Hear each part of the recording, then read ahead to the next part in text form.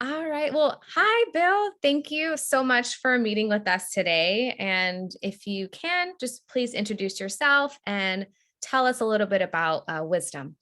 Certainly, and thank you for for inviting me. Yeah. Yeah, Whysdom is a startup. It's about 2.5 years old now, and we were founded specifically to address the issue in advertising and consumer analytics, which is that basically everybody is basing their strategic and tactical plans on consumer data that has been derived pretty much in the same model or using the same models and surveys and things like that for the last 50 years. And so the results are rather interesting in that it doesn't matter whether you're PepsiCo, who I've talked to that spends about 150 million a year on consumer information, or a small company, but everybody buys the same data, just different amounts of it. It's all derived out of models that, as I said, are 20 to 50 years old. There is very little strategic or tactical advantage to having any of it because everybody owns the same data. And the data is not that interesting. So it still tells us that, hey, guess what, Brandy? The United States is 51% female and 49% male, same as it was for the last 5, 10, 20, 30 years. Guys like to do these things, girls like to do those things. So there hasn't been really any advancement in consumer analytic and outreach services as a result of that data. Now, social media brought forth a new channel and a new way to develop some data, but it really hasn't provided any strategic or tactical advantage for the same reasons. One, it still presents the same issue of everybody having the same information, and that the information insights are not really any dramatically different than anything else that was on. So we sat back and we said, heck, it's been a long time that we've been in business and we've worked with consumers and we've worked with marketing and media, and there must be something we can do different. So we sat down as a team and we have developed a complete new approach that's based on behavior intention purposes and allows us to segment a population dramatically different in that we're able to find new it's like targets and triggers. We're able to identify the segments of a population based on their behavior tendencies, and we're able to define the triggers if you're seeking to understand those populations or provide outreach services to get them to engage differently with your product or something. And so we're able to do both left hand and right hand. Here's a different way to look at the population, and in fact, it's a different population than you've had before. Yeah. And here's the triggers that would get you a more optimized result for your investment. And what's happening for us now is that we've patented these models, we've got this beast going, and it's actually working quite dramatic. And so we're having fun with it. And part of that solution, just to come circle to your phone call here, is that eCaring has a very big part in some of the behavior understandings that we gain. So.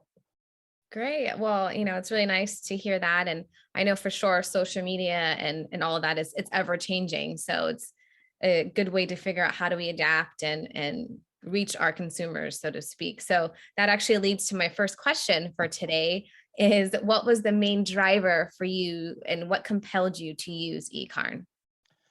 The basic element here for all this is precision targeting.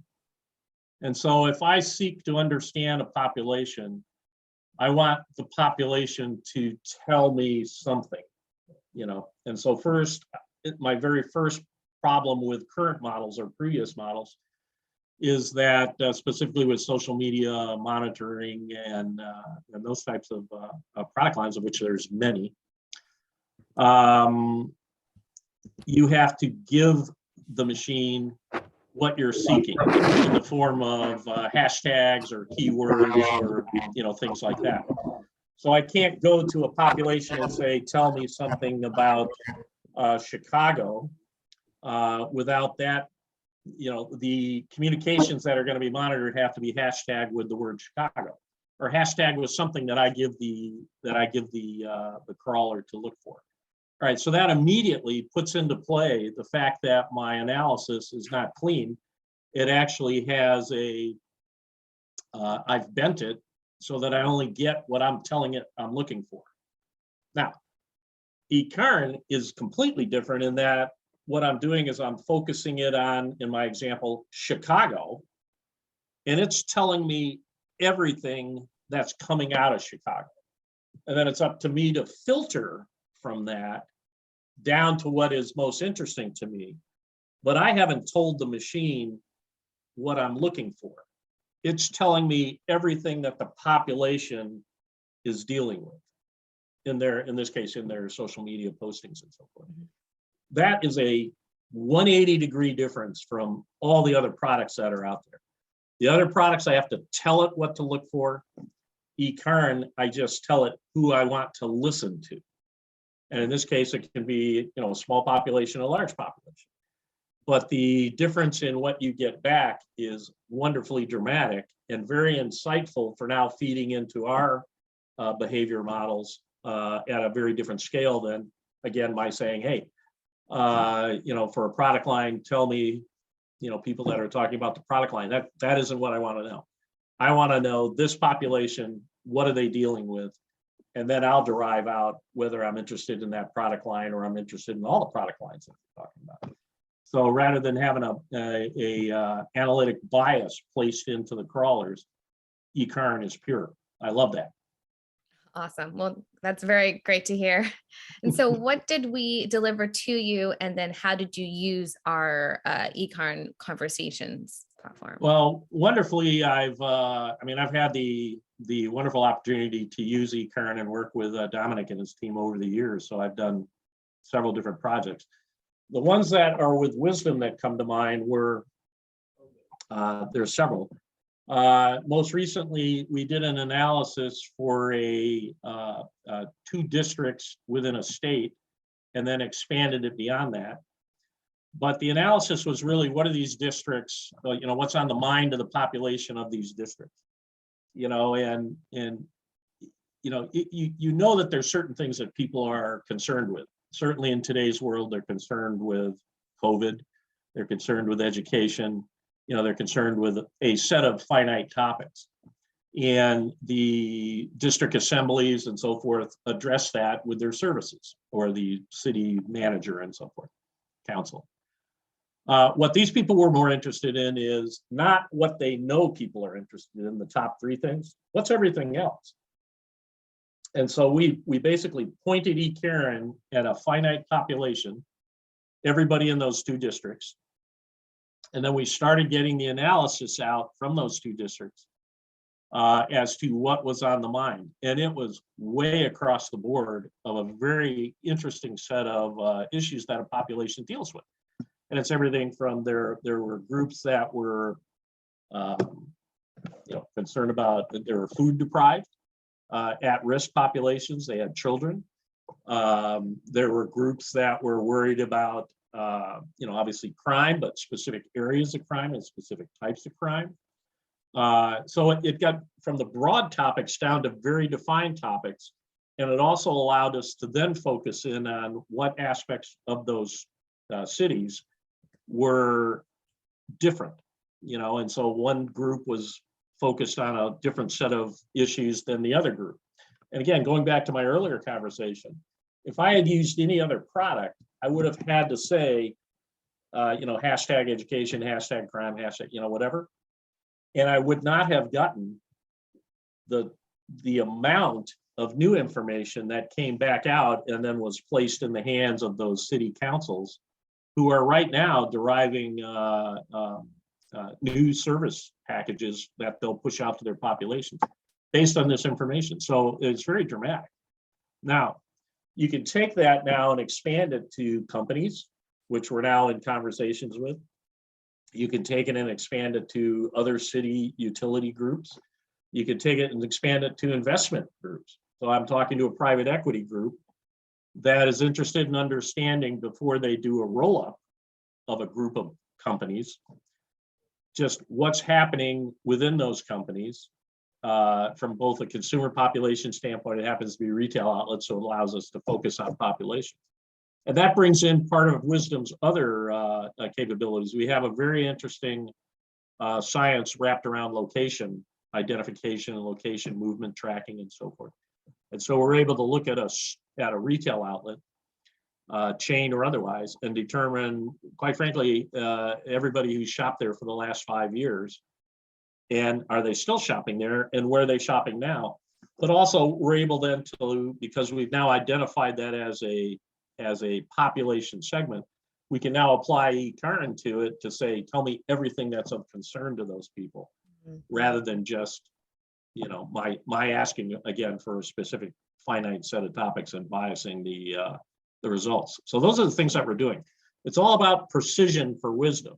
I can use the eCarn to target a population with high precision and just get reams of information as to what's on their mind, concern, you know, plus minus, and it can be anything from product to food to housing to, you know, anything. Yeah.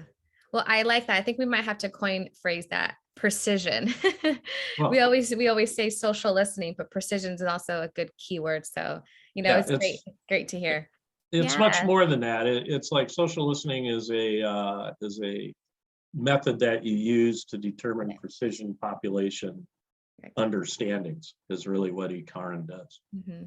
Well, I'm happy to hear, you know, you got really great results as far as using our services. And so that kind of leads to my next question. How satisfied are you with eCarn? Oh, as it's in its current form, I'm very satisfied. I mean, it really, it's a very powerful tool. The issue that I would have for it, and what Dominic and I have spent time discussing, is that it's designed from an engineer's perspective. So it deals with complexity. And if you're a power user, it's amazing. Mm-hmm. But it's very hard to become a power user. And so to the extent that over time you evolve the user interface and the ability to actually do things, much more simply, you can highlight even highlighting the video help, the help video segments, to be able to tie them differently to different parts of the product. It's all very good. To the extent of in terms of plus minus points. Yeah. The pros and cons of using. Yeah, there's a series of features that I've talked to Dominic about that I would very much like to see the product evolve with, which just scales it higher. So where you have a population focused here, the more population you put into it, it gets very difficult to actually get learnings out of the product for different feature sets. You know, they become amorphized, right? And so I understand that, but if you can allow more large populations to scale it and maybe turn off certain features as it scales because it doesn't make sense, that's fine. I think it's just a matter of understanding that the power that eCarn can apply to a population that's at scale is amazing. And it just needs to, again, from a user standpoint or from a user standpoint and a few changes to their features, it will scale quite dramatically. And, if you look at, your social monitoring, social listening products, they work at scale with zero precision. And so that's, the formula for eCarn is maximize that precision, and even at scale precision. That'd be very cool. At scale precision would be a very great. I'm going to use that. No, yeah, this is why I'm going to write that down. Yeah. This is why we do this. This is great to hear, ways to improve. So what would you say is your next, the next steps for Whysdom, Well, for Whysdom itself or Whysdom and eCarn? With eCarn, yes. That's the main. All right. Yes. I want to, Dominic, I want to get a much closer partnership going with eCarn. In that we have quite a number of interested parties now. It took us a while to become, back to my super user, if you will. It took us a while to become that. And now we can move that into our customer base that we already have, but also use it for further customer products. In fact, I'll give you another one that we're using it for right now. We developed a relationship with a city that is a vacation center or vacation destination. And that vacation destination, of course, they seek to, one of the things they have is a convention center. And they want to get more conventions into that convention center. And so we use eCurrent to identify basically all the destination planners in the United States. And we also pulled in some from Europe, since there's some reasons for them to have European-based conventions here. And what that means now is we have eCurrent now doing a very intense look at what has been the issue with these folks, or what are the issues with these planners over the last 2 years. And of course, COVID shut down everything, both on the convention center side as well as any company having any destination convention. That's all beginning to waken up now. And so the issues that we're spotting in eCurrent, again, unbiased because we didn't seek it, is everything from what you would expect, which is, COVID safety. That's good. But not everybody has that as a safety problem. It's interesting. Some groups are beyond that, or believe that they are controlling that by having their own employee populations and visitor populations. We'll manage it with masking and sanitizing, all that kind of thing. Yeah. While others are very intense on, we want to know that the hotels in the area have safety programs and protocols in place. We want to know that the restaurants have safety protocols. You wouldn't know that unless we had really done something with eCurrent to focus it on that population and be able to derive out, the detail of it. Other things that they're interested in that we didn't expect are, travel. It's just now they used to be worried about how do I get, is there an airport that is substantive enough with flights to be able to get all my people in for a day and then, or in a day, and then when they're ready to leave a week later, out in a day, right? Yeah. Which is rather interesting as you scale up your convention. And that becomes one then of understanding all of the issues of travel. And interestingly enough, that they now want to divide up and understand how many people actually drive in, how many people actually fly in, how many people, And so those are all things that eCurrent has brought to us in detail, which we didn't expect. And then it's all of the different pieces of Midwest, non-Midwest. What are the issues with the Midwest? How would you ever have found that out? There's people who, the Midwest is, not exciting. Well, that's not true. The Midwest has some amazing,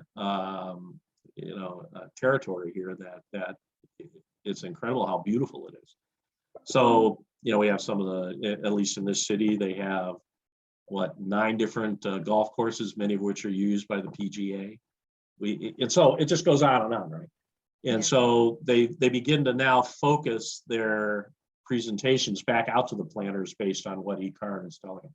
So there's a lot of things that we can apply eCurrent to. And now that we're, as I said, a bit of a super user group, we can actually, learn that.